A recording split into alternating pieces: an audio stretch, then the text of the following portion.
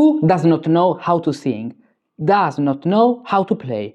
This is very important, because the other day I was teaching to a student some elements and tricks about partimento and composition in general. And one of the most challenging things we had to face consists in the fact that he wasn't used to think in terms of melodic thinking. For example, you have a melody and you should be able to listen, to hear in your mind how that melody sounds. This is a very important skill for composition and partimento.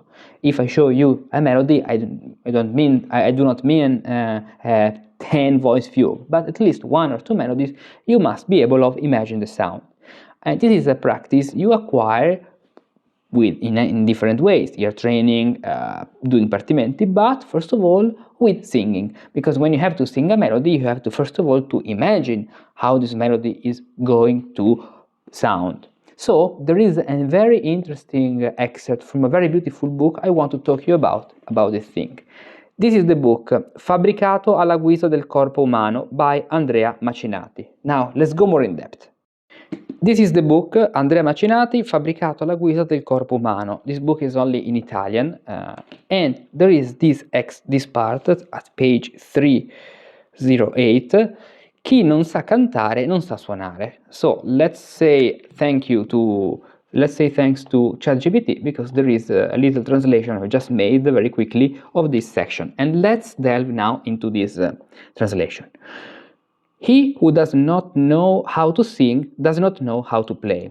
Johann Gottfried Walther defines cantabile as a vocal or instrumental composition in which all voices or all parts allow themselves to be sung without difficulty. Sich, wohl, sing and lassen. According to a testimony by Johann Heinrich Butzstedt, reported by Spitta, Johann Pachelbel wanted his students to compose in the stile cantabile, a quality well exemplified in his collection of chorale prelude for organ, in which all the voices of the contrapuntal fabric sing with elegance. Around 1723, Johann Sebastian Bach composed the three-part inventions, or the better called the sinfonias, especially to acquire the art of cantabile. And among the rare indications present in his organ works, there is the cantabile marking in the prelude to the chorale Alleingot in Hör sei Herr, number 13 of the Achsenchorale. Okay, I'm not so good in reading German.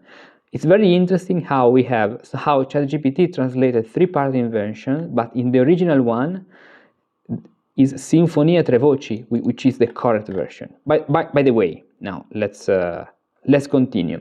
Georg Philipp Telemann confirms that singing is the foundation of music in every respect, and that whoever plays an instrument must be well versed in singing. Meanwhile, Johann Mattheson, in establishing the rules for realizing basso continuo on the keyboard and for playing well, states that the most important principle is that the beginner should familiarize himself with playing melodically or acquiring the ability to do so as if he were singing, thus achieving a performance similar to the singing of the human voice. Being an excellent singer as well as a composer and music theorist, it is absolutely natural for Mattheson to declare that. He who does not know how to sing does not know how to play. It is necessary to sing, even if only by imagining it in one's mind. So, it is necessary to sing, even if only by imagining it in one's mind. Because this way you can play even better. If you imagine something, you'll do better in playing. Then, another thing, Johann Adolph Scheibe, a student of Bach, states that every composer must sing in his thoughts while conceiving a composition. The performer must likewise understand the nature and characteristics of his instrument, so that all notes are clear and orderly, having the naturalness of something sung. The cantabile style, stile cantabile, was one of the distinctive traits of organ composition, and training in the following centuries. The first organ work published by Jacques Lemmens bears the title Dix improvisations dans le style sévère et chantant. César Franck's Cantabile is one of the most famous organ works of his time. Sigismund Neukomm insisted that the student must first and foremost make the organ sing. Jean-Baptiste Labat writes that when the cantus firmus is in the pedal, one must connect and carry the sounds without harshness, without smudging, without gaps. In short, sing.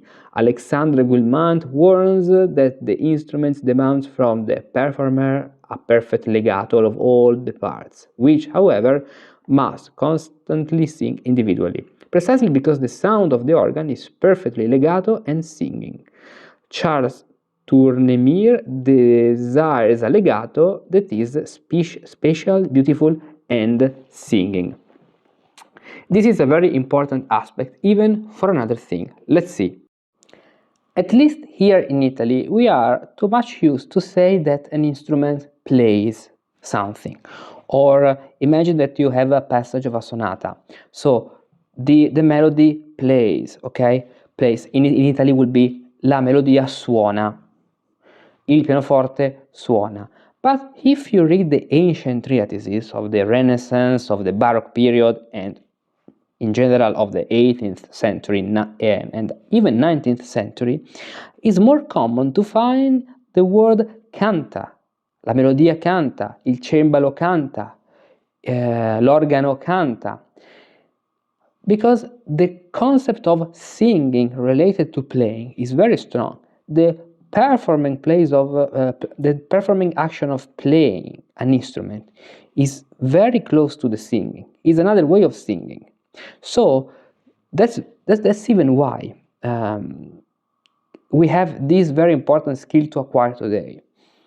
Singing music, at least in our mind. And to achieve this purpose, we have to learn how to sing. And that's even why in the ancient tradition, so in the Renaissance and the Baroque, musicians learn to read music and then to sing. For example, in Catholic countries, there was the cantus firmus tradition. They studied solmization, then cantus firmus. In other countries, imagine the Lutheran countries, they studied music, the best, and then chorales. They learned to sing in choirs. And that's very important because the basic education, among all the things, must include the ability of imagining the sound you're going to play.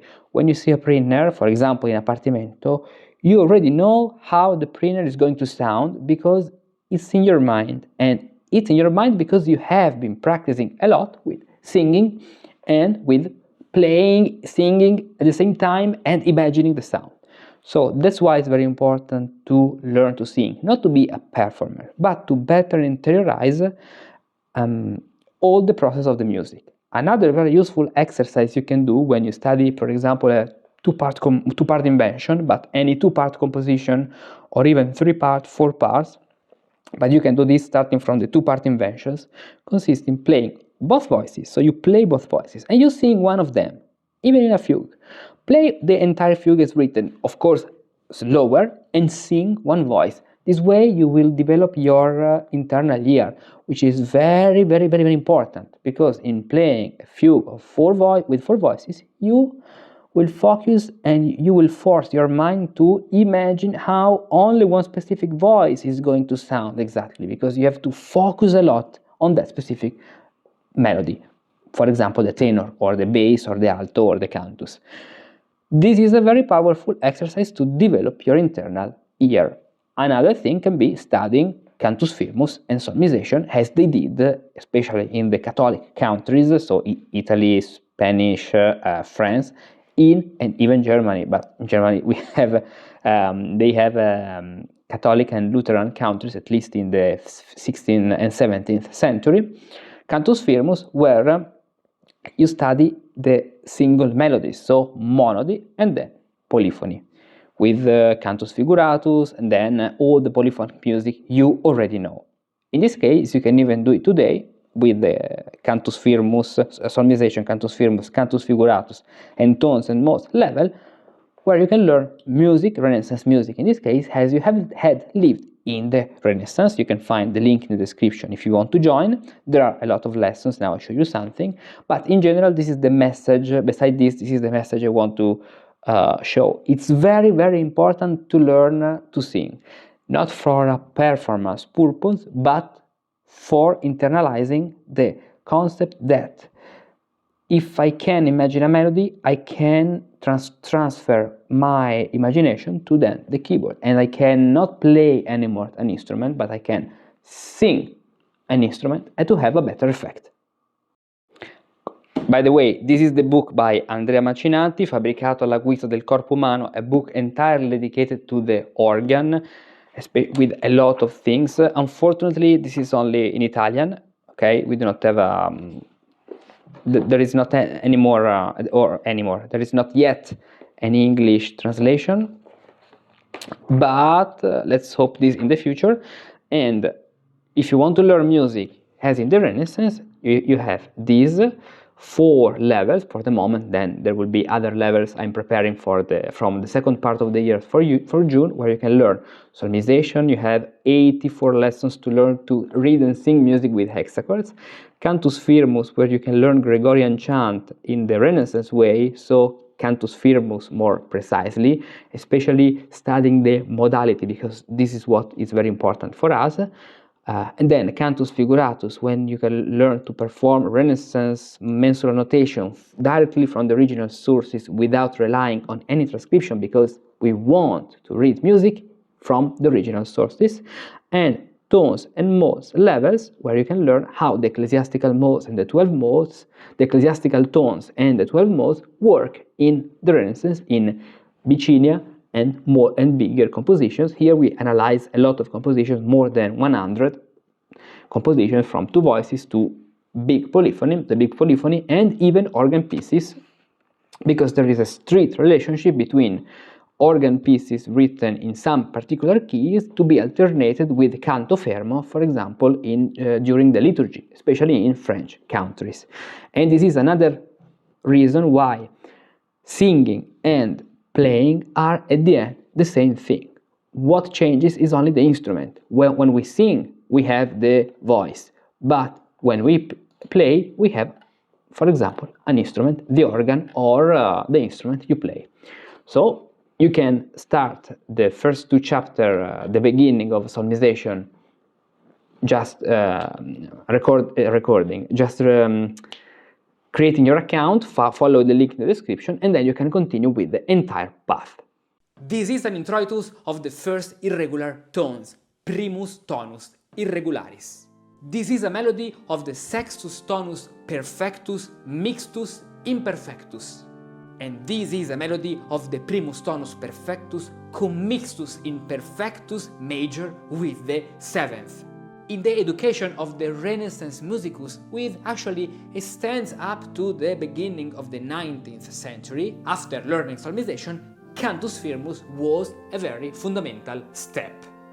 Cantus firmus is the Gregorian chant as it was practiced in that period. But with cantus firmus we mean much more.